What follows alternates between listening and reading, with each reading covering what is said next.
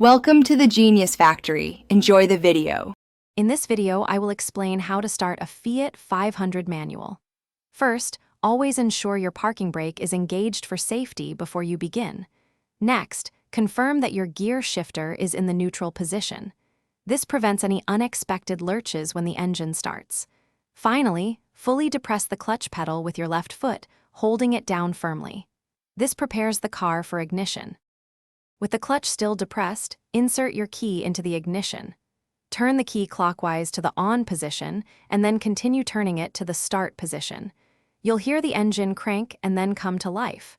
As soon as the engine starts running smoothly, release the key, allowing it to spring back to the on position. Keep that clutch pedal down. Now that the engine is running, keep the clutch pedal fully depressed. Gently move the gear shifter into the first gear position.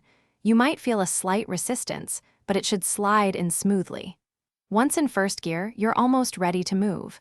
When you are prepared to proceed, slowly release the parking brake. This is the trickiest part, coordinating your feet. Slowly and gradually release the clutch pedal with your left foot. Simultaneously, gently press the accelerator pedal with your right foot.